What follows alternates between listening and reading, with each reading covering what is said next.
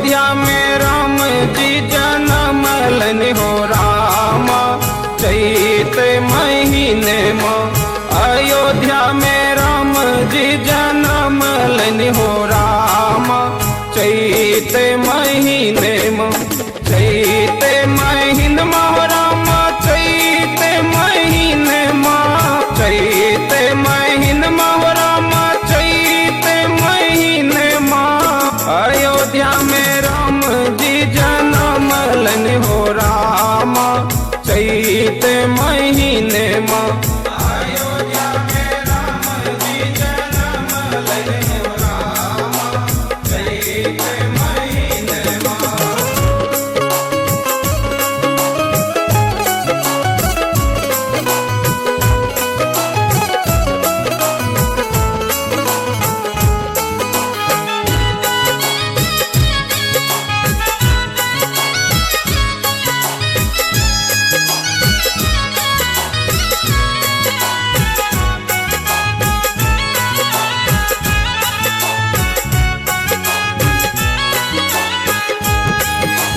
किने का के रामचंद्र किने का के लक्ष्मण।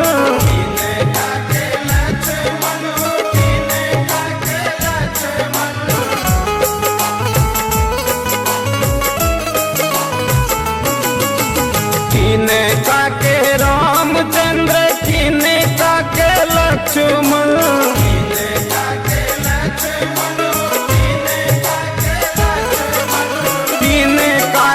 भरत भुवन मो राम चैत महीने में।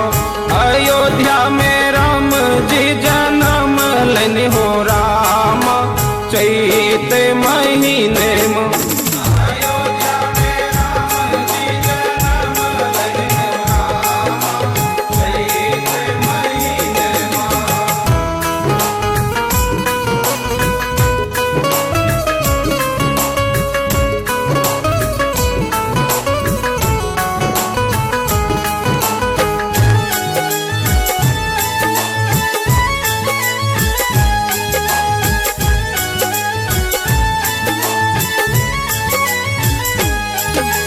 कौशल्या के रामचंद्र सुमित्रा के लक्ष्मण।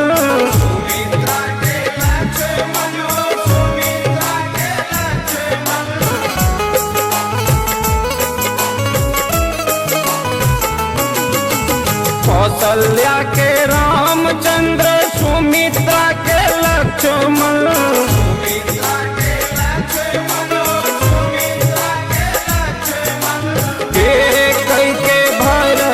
भुवन मो राम चैत महीने में। अयोध्या में राम लल जन्म राम चैत महीने में।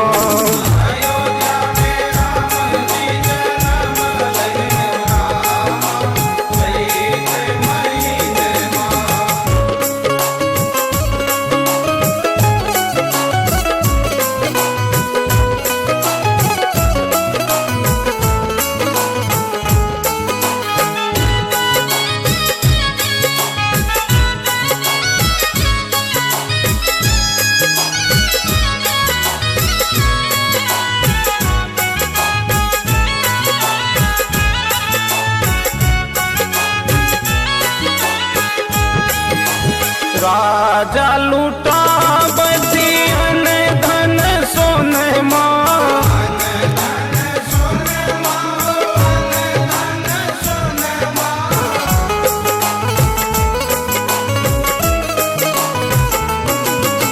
राजा लूटा बचियन धन सोने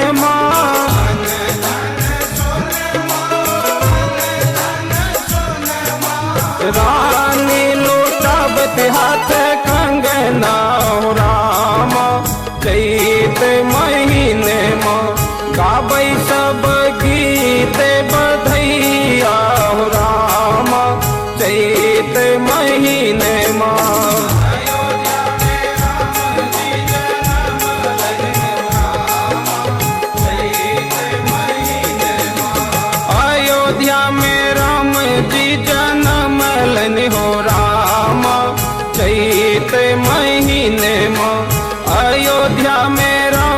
जी